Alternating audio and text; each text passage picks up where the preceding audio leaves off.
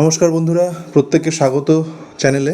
বিগত ভিডিওতে আপনারা দেখেছিলেন 2023 সালের অগাস্ট মাসে যে সিটেট হয়েছিল তার অঙ্কের প্রশ্নগুলো আমরা সলভ করছিলাম। কয়েকটা অঙ্ক আমাদের বাকি ছিল, আর সেই অঙ্কগুলোই করব আজকের ভিডিওতে। আজকের এই পার্ট 2 ভিডিও সেই জন্যে। আর পার্ট 1-এর ভিডিওটা আজকের ভিডিওর ডিসক্রিপশানে দেওয়া রয়েছে, লিঙ্কটা আপনারা চাইলে সেটা গিয়ে দেখে আসতে পারেন। Question number 54. Amini is arranging 36 identical squares in the form of different rectangles. How many different types of rectangles can she make with these squares?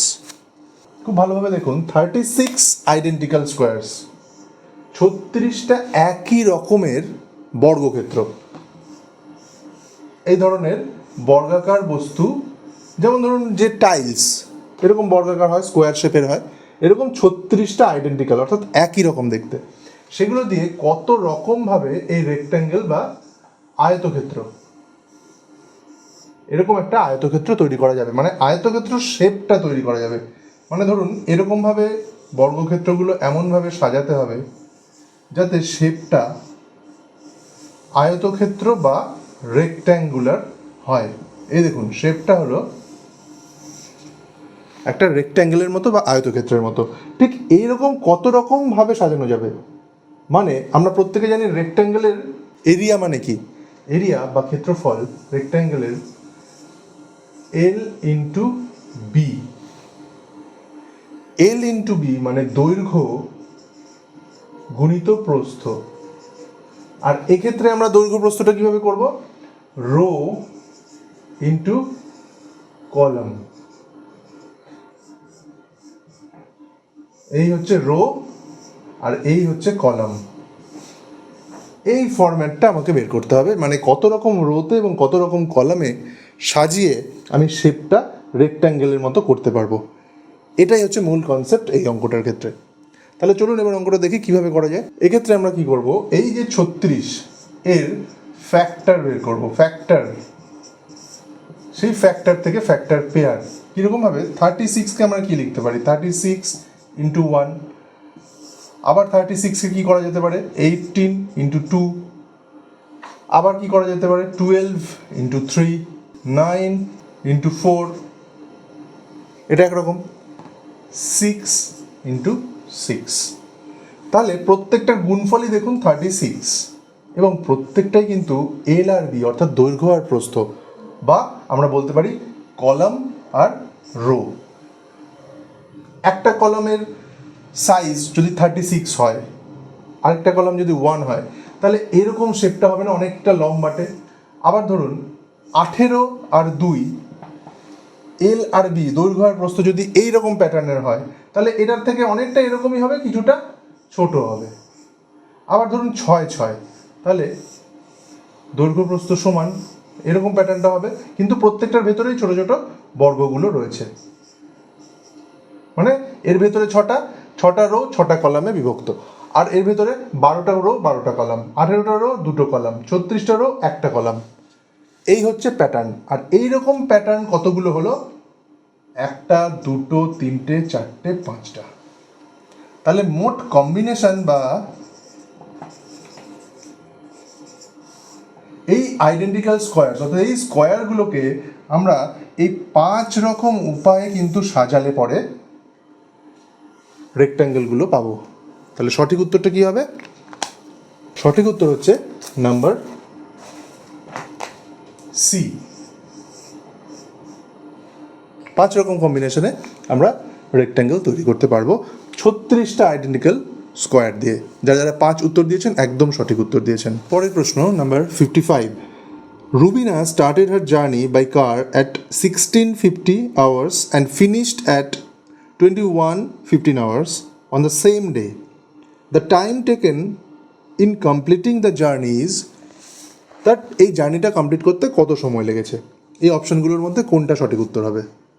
Journey শুরু করছে 16টা 50-এ আর শেষ করছে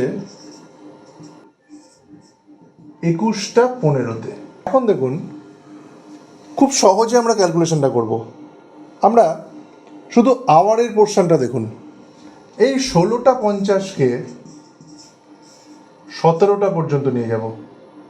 তাহলে কত মিনিট হলো? 16টা 50, তার সাথে যদি 10 মিনিট যোগ করি 17টা বেজে যাচ্ছে। তাহলে এইটুকু টাইম হচ্ছে 10 মিনিট। এখন এই 17টা থেকে আমরা 21টা, শুধু আওয়ারগুলো ক্যালকুলেশন করব, মিনিটে যাব না। 21টা কতক্ষণ হচ্ছে? 17 থেকে 21-এ যাচ্ছে 4 ঘন্টা। 21 থেকে 17 বিয়োগ করলে 4 ঘন্টা হয়, তাহলে 4 আওয়ার।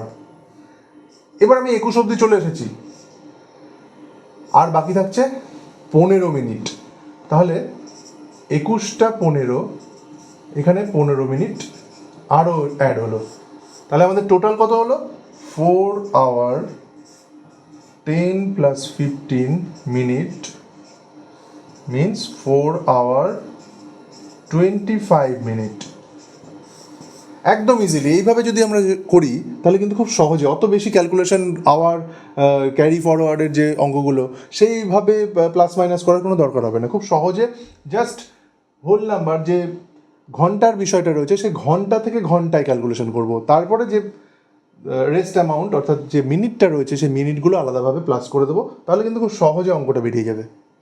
তাহলে আমাদের জার্নিটা কমপ্লিট করতে 4 ঘন্টা 25 মিনিট সময় লাগছে, অর্থাৎ অ্যান্সার হবে নাম্বার সি। এইভাবে যদি করি অনেক সহজে অনেক কম সময়ে উত্তরটা কিন্তু বেরোবে। পরের প্রশ্ন number 56, a whole number is added to 100 and the same number is subtracted from 100, the sum of the two resulting numbers so obtained is.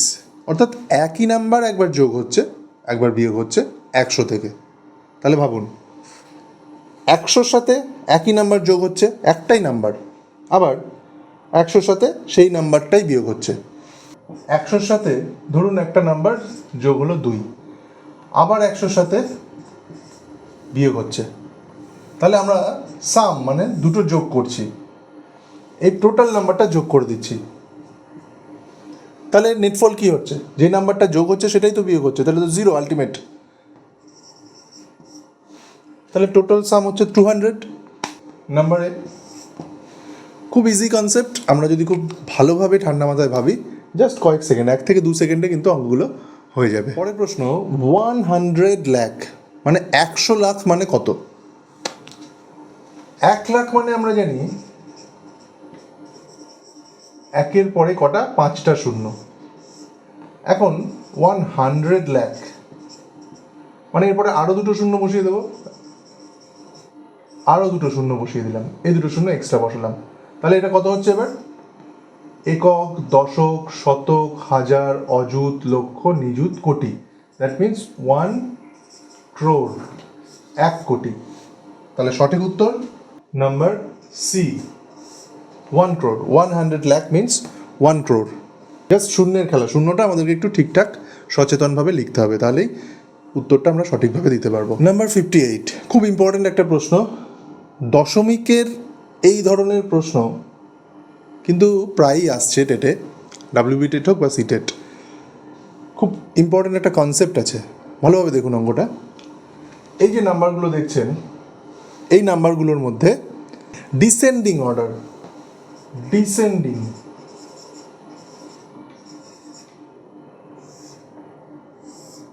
Descending অর্ডারে আমাদেরকে সাজাতে হবে, মানে বড় থেকে ছোট। তাহলে ভগ্নাংশের এই সংখ্যাগুলো, দশমিকের এই সংখ্যাগুলো আমরা কিভাবে ছোট থেকে বড় থেকে ছোট সাজাবো সেটা একটু ভালোভাবে দেখুন। এখানে দেখুন, খালি চোখে আমরা যদি দেখি তাহলে পরিষ্কারভাবে দেখতে পাবো যে সব থেকে বড় সংখ্যা অর্থাৎ ইন্টিজার পার্ট কার বেশি? প্রথম সংখ্যাটার। তার আগে বলে নিই, দশমিক, এই যে দশমিক, তার যে আগের অংশ, এই লেফট সাইডে যে সংখ্যাটা থাকে তাকে বলা হচ্ছে ইন্টিজার পার্ট। আর পরের দশমিকের পরের অংশকে বলছে ডেসিমাল পার্ট। আমাদের কিন্তু এই টার্মগুলো ভালোভাবে জেনে রাখতে হবে, কারণ যেহেতু সিটেটের প্রিপারেশন, প্রত্যেকটা টার্মই ইংরেজিতে আমাদেরকে করতে হবে এবং বুঝতে হবে। তাহলে ইন্টিজার পার্টটা যার সব থেকে বেশি, দেখুন এখানে যে 6টা নাম্বার আছে তার মধ্যে সব থেকে বড় হচ্ছে এই নাম্বারটা, তাহলে এটা হচ্ছে সব থেকে বড় মানে বিগেস্ট নাম্বার, এটা আমরা আলাদাভাবে রাখলাম।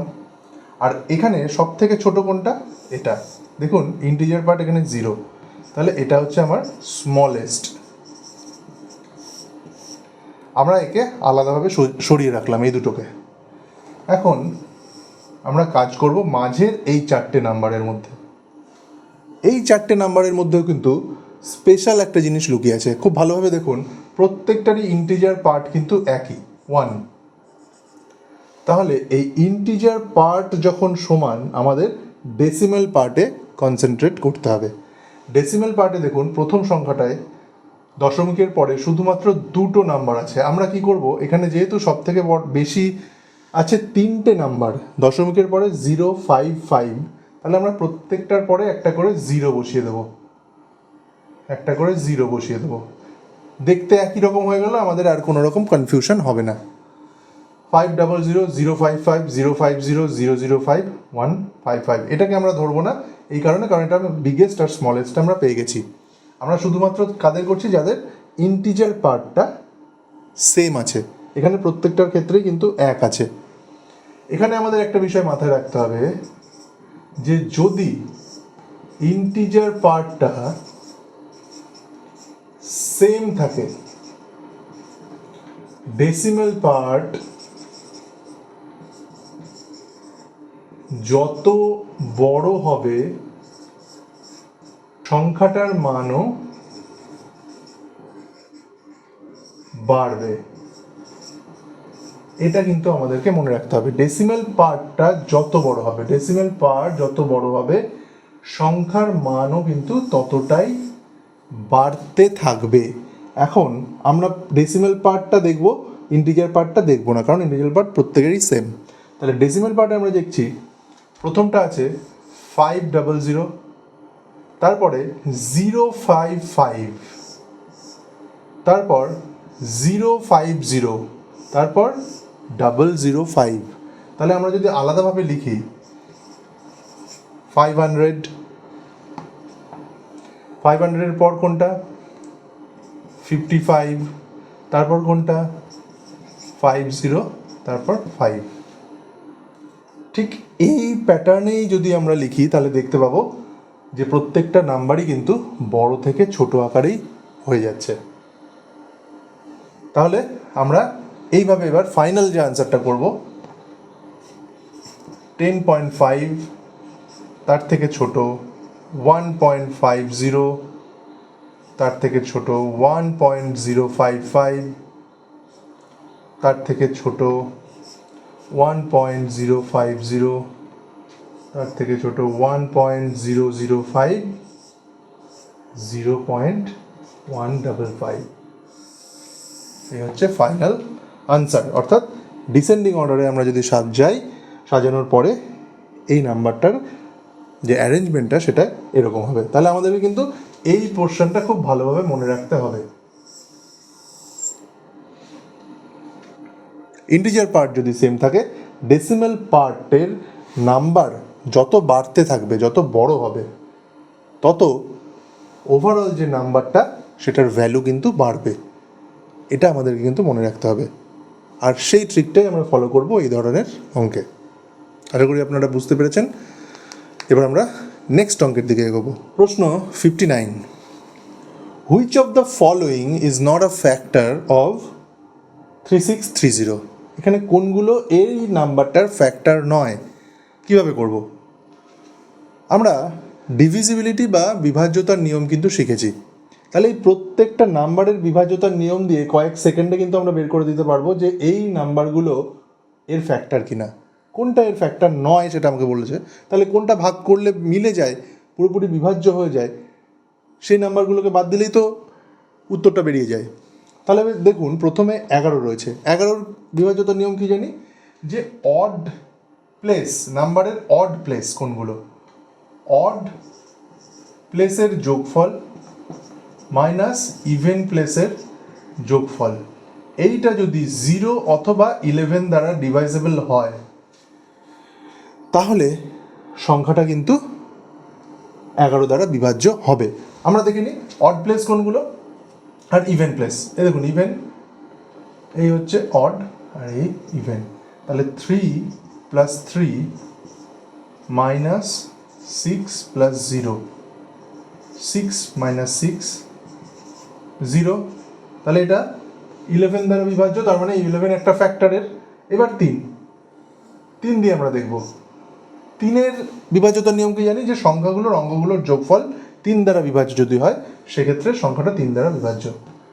3 + 6 + 3 + 0, তার মানে 3 আর 6 9, 9 3 12, 12 অবশ্যই 3 দ্বারা বিভাজ্য, তাহলে 3 নং ফ্যাক্টর। 5 লাস্ট ডিজিট 0, অবশ্যই 5 দ্বারা বিভাজ্য। 9 দ্বারা বিভাজ্যতার নিয়ম, সংখ্যাটার যোগফল যদি 9 দ্বারা বিভাজ্য হয়, যোগফল কি 3 আর 6 9, 9 আর 3 12, 12 কিন্তু 9 দ্বারা বিভাজ্য নয়, তাহলে 9 এর ফ্যাক্টর নয়, সঠিক উত্তর হবে 9, আনসার ডি। আশা করি প্রত্যেকেই উত্তরটা 9 করেছেন। ইন্টারেস্টিং, খুব মজাদার একটা অঙ্ক, কিন্তু পরীক্ষার হলে কিন্তু এই ধরনের অঙ্ক খুব ভাবায় আমাদের। দেখুন অঙ্কটা, 5 - 5 + 5 - 5 + 5 - 5, এইভাবে একটা সিরিজ চলছে অঙ্কের। এটাকে যদি যোগ করা হয়, অর্থাৎ সাম অফ দিস সিরিজ, এই নাম্বার সিরিজটার যোগফল অ্যাকচুয়ালি কত হবে।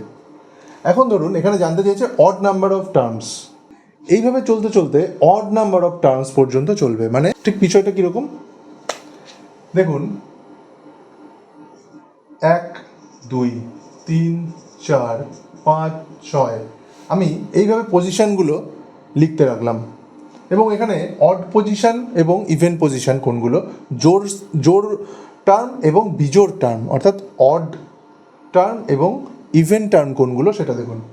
এখানে অড টার্ম যদি আমরা নিই 1 2 3, এদের যদি যোগ করি 5 - 5 + 5, অড। এবার ধরুন ইভেন নিলাম 4th পজিশন অবধি, তাহলে +5 - 5 + 5 - 5। দুটো ক্ষেত্রে কি হচ্ছে দেখুন, এই যে অডের ক্ষেত্রে +5 থেকে যাচ্ছে, ইভেনের ক্ষেত্রে এটা 0 হয়ে যাচ্ছে। এই সিকোয়েন্সটাই কিন্তু চলতে থাকবে টানা। তাহলে আমরা প্রতি ক্ষেত্রেই যদি দেখুন 5 অবধি নিই, যদি তাহলে অড পজিশনে যদি 5 অবধি নিই, -5 + 5, তাহলে এক্ষেত্রেও 5 5 কেটে গেল, কিন্তু +5টা থেকে যাচ্ছে। আর ইভেন আমার যত দূরই চলুক না কেন, দেখুন 6 অবধি যদি নিই, এটা এটা এটা এটা এটা এটা কেটে যাচ্ছে।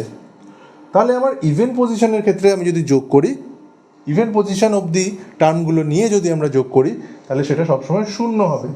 আর যদি অড পজিশন অবধি নিয়ে, অর্থাৎ অড পজিশন অবধি টার্মগুলোকে নিয়ে আমরা যদি যোগ করি, সেক্ষেত্রে প্রতি ক্ষেত্রে এই +5 থেকে যাবে। তাহলে এখানে সঠিক উত্তরটা হবে 5, টার্ম ইজ নাম্বার 5, অর্থাৎ নাম্বার ডি হচ্ছে সঠিক উত্তর। আজ বন্ধুরা এই পর্যন্তই রাখছি ভিডিওটা, কারণ পরবর্তী যে ভিডিওটা আসতে চলেছে তাতে এই প্রশ্নপত্রটা আমরা কমপ্লিট করব, কারণ এর বেশি করতে চাইছি না, কারণ ভিডিওটা অনেকটাই লেন্দি হয়ে যাবে এবং আপনাদের কনসেন্ট্রেশনটাও ধরে রাখাও অনেকটাই বেশি কঠিন হবে। তাই কে কেমন উত্তর করলেন, কার কটা অপশান ঠিক হলো, অবশ্যই কিন্তু কমেন্টে লিখে জানাবেন। আর পার্ট 1-এর ভিডিওটা অবশ্যই ডেসক্রিপশানে আছে, আপনারা দেখে নেবেন। আর টেট এবং সিটেট সংক্রান্ত প্রচুর ভিডিও সবকটি টপিকে কিন্তু আমাদের প্লে লিস্টে রয়েছে, সেগুলো আপনারা একবার দেখে নিলে পুরো বিষয়টা সম্বন্ধে পরিষ্কার আপনাদের ধারণা তৈরি হবে। আর টেট এবং শিক্ষা সংক্রান্ত সমস্ত খবরের জন্য, সমস্ত আপডেটের জন্য এই চ্যানেলটি অবশ্যই সাবস্ক্রাইব করে রাখবেন, এবং বন্ধুদের সাথে তথ্য শেয়ার করার জন্য অবশ্যই আপনারা রেকমেন্ড করতে পারেন চ্যানেলটা। আর কেমন লাগছে, কেমন প্রস্তুতি নিচ্ছেন, অবশ্যই সেগুলো কমেন্টে জানাবেন। আপনারা প্রত্যেকে ভালো থাকবেন, দেখা হচ্ছে পরবর্তী ভিডিওতে। ধন্যবাদ।